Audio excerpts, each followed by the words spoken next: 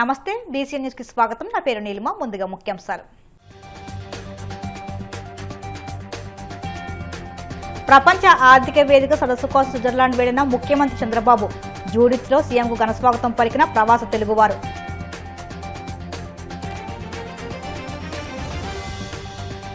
ఎన్టీఆర్ పేరును వాడుకుంటూ చంద్రబాబు ప్రజల దృష్టిని మళ్లించే ప్రయత్నం చేస్తున్నారు. విమర్శలు గుప్పించిన వైసీపీ మాజీ ఎమ్మెల్యే టీజీఆర్ సుధాకర్ బాబు.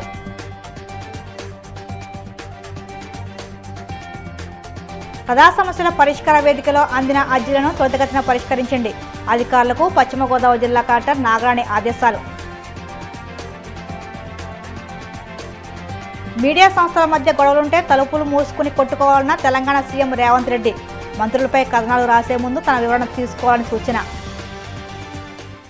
ప్రపంచ ఆర్థిక వేదిక వార్షిక సదస్సులో పాల్గొనేందుకు ముఖ్యమంత్రి చంద్రబాబు స్విట్జర్లాండ్ చేరుకున్నారు. ఆయన జూడిత్ విమానాశ్రయానికి చేరుకోగా యూరోప్లోని ప్రవాస తెలుగువారు ఎన్ఆర్ఐ టీడీపీ శ్రేణులు ఘన స్వాగతం పలికారు. ఈ పర్యటనలో ఆయనతో పాటు మంత్రులు నారా లోకేష్, టీజీ భరత్ కూడా ఉన్నారు. అనంతరం జూరిచ్లో భారత రాయబార కార్యాలయం ఏర్పాటు చేసిన మీట్ అండ్ గ్రీట్ కార్యక్రమంలో చంద్రబాబు పాల్గొన్నారు. జనవరి 19 నుంచి 22 వరకు 4 రోజుల పాటు సాగే ఈ పర్యటనలో బ్రాండ్ ఆంధ్రప్రదేశ్ను ప్రపంచానికి పరిచయం చేసి రాష్ట్రానికి భారీగా పెట్టుబడులను ఆకర్షించడమే లక్ష్యంగా పెట్టుకున్నారు.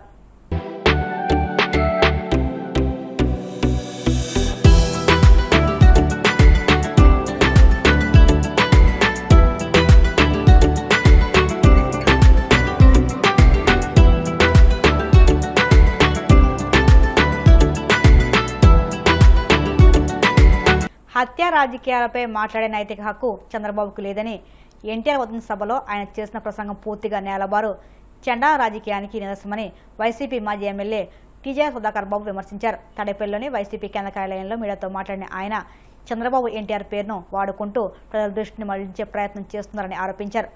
పెన్నమ్మ తాళిబొట్టు తెంచిన వాడితో నేను గొడవ పడాల్సి వస్తుందని, అలాంటి వాడితో రాజకీయాలు చేయాల్సి వస్తుందని చంద్రబాబు అవహేళనగా మాట్లాడారని ఫైర్ అయ్యారు. దెయ్యాలు ద్వేదాలు వలించినట్లుగా చంద్రబాబు తీరు ఉందని దుయ్యబట్టారు. ఎన్టీఆర్ గారి మీద చంద్రబాబు నాయుడు గారు చాలా ప్రేమని చూపిస్తున్నాడు. ఈనాటి సభలో చంద్రబాబు నాయుడు కాంగ్రెస్ అభ్యర్థిగా పోటీ చేసి ఎన్నికల్లో ఓడిపోయిన మాట వాస్తవమా కాదా? పచ్చ మీడియా దుష్ట శక్తులారా, నా ప్రశ్నలకు మీకు దమ్ము ధైర్యం ఉంటే ఏ వేదిక మీద నుంచి అయినా, మీకు నచ్చిన ఏ టెలివిజన్ ఛానల్ డిబేట్స్లోనైనా, లేకపోతే సోషల్ మీడియా ప్లాట్ఫామ్ మీదైనా, ఫేస్బుక్ లైవ్లోనైనా నేను చర్చకు రెడీ. ఎన్టీఆర్ స్థాపించిన పార్టీలో తొలి ఎన్నికలు జరిగినప్పుడు ఎన్టీఆర్ యొక్క అభ్యర్థులుగా ఉమ్మడి రాష్ట్రంలో అభ్యర్థులు పోటీ చేసినప్పుడు చంద్రబాబు నాయుడు ఏ పార్టీలో ఉన్నాడు? కాంగ్రెస్ పార్టీలో పోటీ చేసి ఓడిపోయి పార్టీ పెట్టిన చానాళ్లకు తెలుగుదేశం పార్టీలో జాయిన్ అయిన మాట నిజమా కాదా? వీటికి సమాధానం చెప్పండి.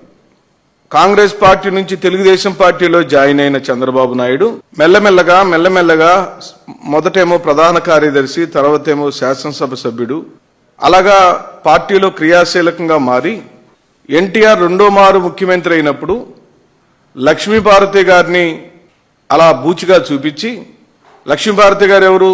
ఎన్టీఆర్ ప్రేమించి పెళ్లి చేసుకున్న భార్య. అది ఎక్కడ చేసుకున్నారు? తిరుపతిలో వెంకటేశ్వర స్వామి సాక్షిగా పెళ్లి చేసుకున్నారు. దానికి సాక్ష్యం ఎవరు? ఈ రోజు బ్రతికున్న మోహన్ బాబు గారు.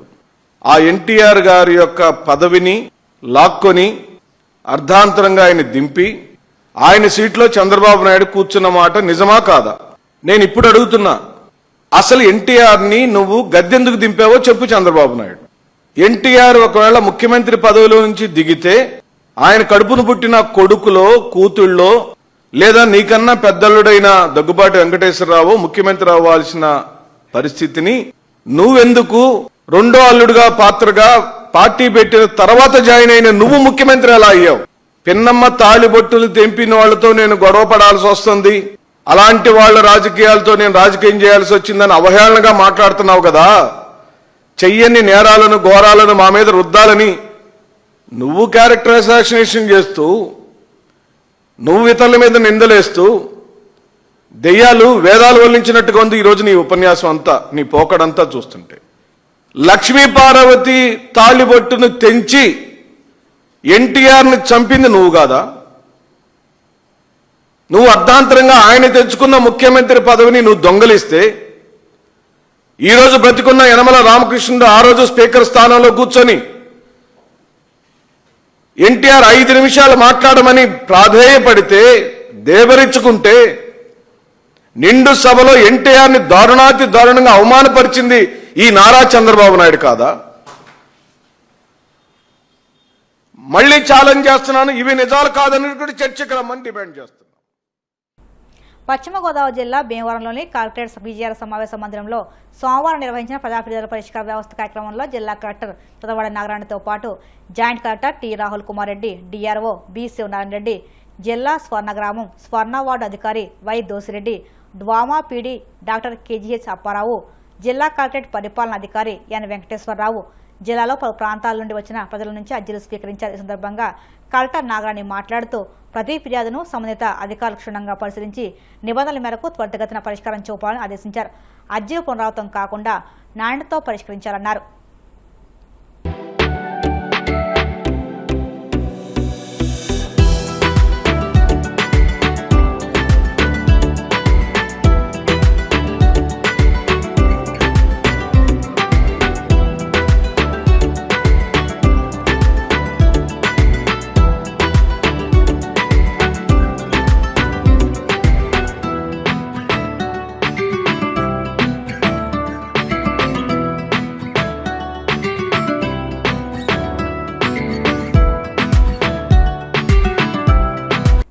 ప్రజా సమస్యల పరిష్కార వేదికలో వచ్చిన ఫిర్యాదులపై తక్షణ పరిష్కారానికి చర్యలు తీసుకుంటామని పశ్చిమ గోదావరి జిల్లా ఎస్పీ అద్నాన్ నయీం అస్మి తెలిపారు.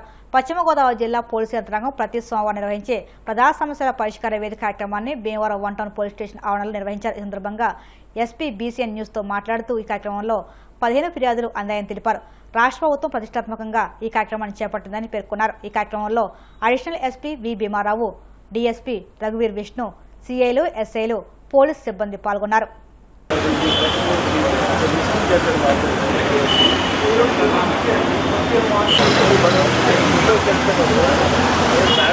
పేరు మీద ఇన్కమ్ ట్యాక్స్ చేయించి లోన్లు చేయడానికి పలానా హౌస్ నీ పేరు మీద. నమస్కారం. ఈరోజు మన ఇంపార్టెంట్ గవర్నమెంట్ ప్రాజెక్ట్ కానీ ప్రోగ్రామ్ పీజీఆర్ఎస్ ఇక్కడ జరిగింది. దీంట్లో ఆల్మోస్ట్ 15 పెటిషనర్స్ మన దగ్గర వచ్చారు. నాతో పాటు అడిషనల్ ఎస్పీ గారు, ఎస్డిపిఓ భీమవరం గారు పెటిషనర్స్తో మాట్లాడడం జరిగింది. పూర్తిగా కరెక్ట్ సమాధానం మనకి అక్కడే ప్రయత్నం ఉంటుంది. ఆనరబుల్ సీఎం గారు, మన డీజీ గారు ఈ విషయంలో చాలా సీరియస్గా ఉంటున్నారు. దానివల్ల ఏమైనా పెటిషనర్స్కి ఏమైనా ప్రాబ్లం, రకరకాల ప్రాబ్లం ఉంటే మనకి చెప్పాలి. And will make sure that it is being done.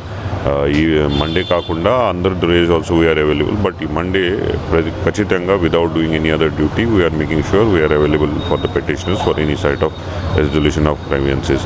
దాంతోపాటు మన సీఎం గారు already regarding this e governance కాబట్టి 1100 దెన్ వాట్సాప్ నుంచి we are following it up very seriously without bothering the petitioner to come to the police station or office. హోమ్లో through electronic medias most of the services are getting delivered. Thank you. ఎన్నికల ముందు కూటమి నాయకులు ఇచ్చిన హామీలను అధికారంలోకి వచ్చిన తర్వాత ఏ ఒక్కటి నెరవేర్చలేదని చంద్రబాబు ప్రభుత్వం రాష్ట్రం దోచుకోవడం పనిగా పెట్టుకుందని మాజీ మంత్రి కారుమూరి నాగేశ్వరరావు విమర్శించారు.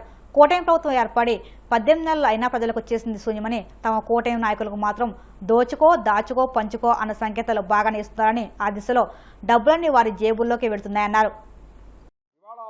ఈ పరిపాలన టోటల్గా గాలికి వదిలేశారు.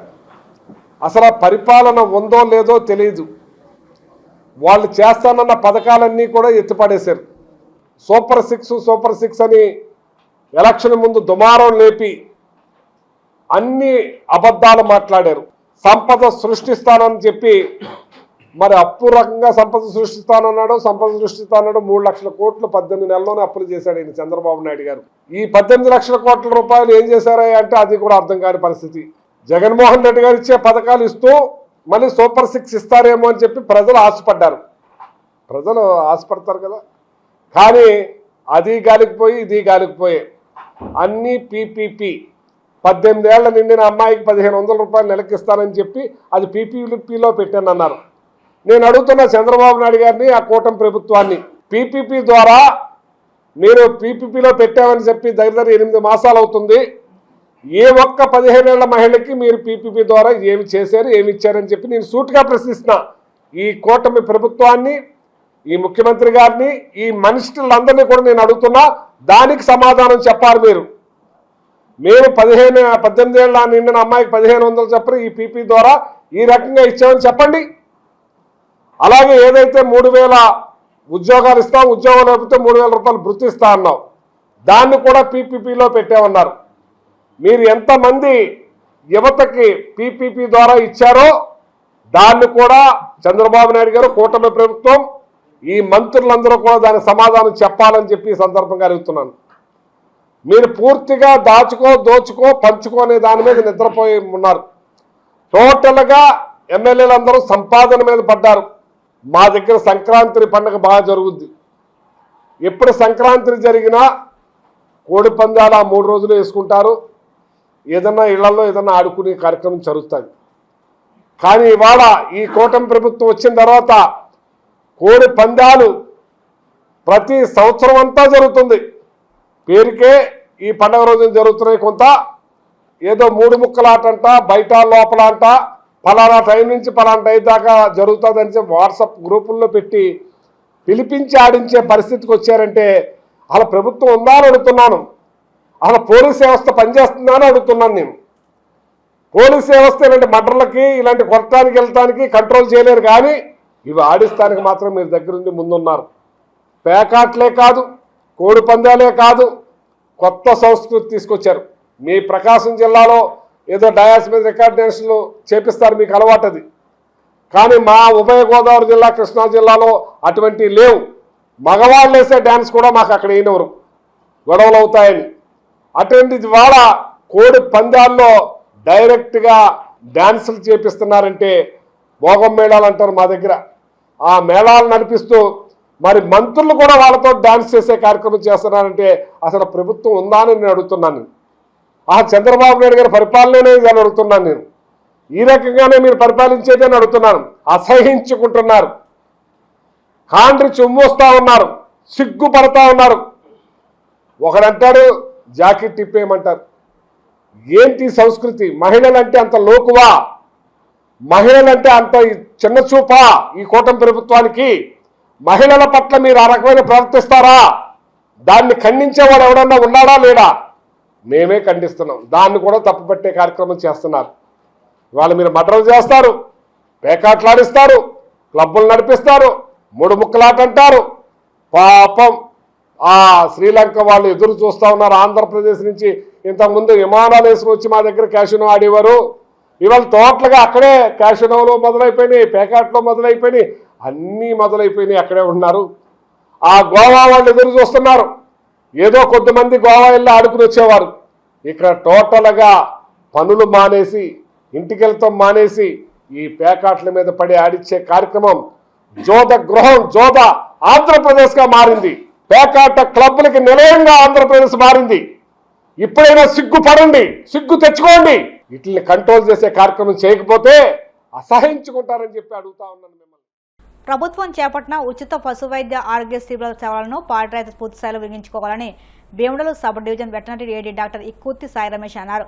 ఏలూరు జిల్లా భీమడోలు సబ్ డివిజన్ వ్యాప్తంగా నేటి నుంచి ఈ నెల 31వ తేదీ వరకు నిర్వహించనున్న ఉచిత పశు వైద్య ఆరోగ్య శిబిరాలను సోమవారం ప్రారంభిస్తున్నట్లు ఆయన తెలిపారు. ఈ శిబిరాల్లో పశువులకు ఉచితంగా నట్టల నివారణ మందులు, వ్యాధి నిరోధక టీకాలు వేస్తున్నట్లు పేర్కొన్నారు.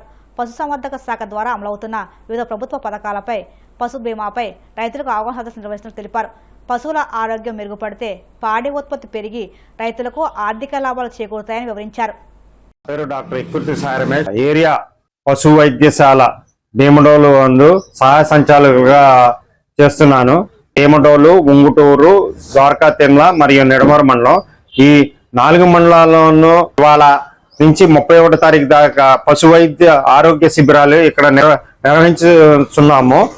వీటికి అన్నిటికంటే ముఖ్యమైనది నట్టల నివారణ మరియు పశు బీమా, మరియు గేదెలకి గర్భకోశ వ్యాధులు ఉంటే వాటికి చికిత్స చేయబడును. మళ్ళీ ఈ నట్టల కార్యక్రమంలో పెద్ద పశువులకు మరియు ఆవులకు, గొర్రెలకు, మేకలకు మరియు కోళ్లకు వీటినన్నిటికీ నట్టల నివారణ కార్యక్రమం చేయబడును. నట్టల నివారణ మందులు ఇవ్వబడును. తెల్ల పశువులు 18,759 ఉన్నాయండి. మరియు గేదెలు 66,632 ఉన్నాయి. మరియు అలాగే గొర్రెలు 1,99,272 ఉన్నాయి. అలాగే మేకలు 18,557 ఉన్నాయి. అలాగే ఈ కోళ్ళు 17,48,365 ఉన్నాయి. వీటి అన్నిటికీ నట్టల నివారణ, వీటన్నిటికీ ఏమన్నా జబ్బులు చేస్తే వాటికి వైద్యం చేసి వాటికి మందులు ఇవ్వబడండి. ఈ కార్యక్రమము మన రాష్ట్రం మొత్తము చేయబడుచున్నది. ఈ పశు వైద్య ఆరోగ్య శిబిరాలు 19వ తారీఖు నుంచి 31వ తారీఖు దాకా జరపబడను. మళ్ళీ వీటికి మన పశు వైద్య ఆరోగ్య శిబిరాలు మొత్తము ఈ 4 మండలాల్లో 10 పశు వైద్యశాలలు ఉన్నాయండి మన భీమడోల్లో. మరియు ఆర్ఎల్ఏలు 4 ఉన్నాయి. మళ్ళీ ఆర్ఎస్కేలు కూడా ఉన్నాయి ఒక 65 దాకా. కావున అందరూ ఈ రైతులు ఈ యొక్క పశు వైద్య ఆరోగ్య శిబిరాలు సద్వినియోగించుకోవాలని కోరుచున్నాను. ఇప్పుడు కాసేపు ప్రకటనలు.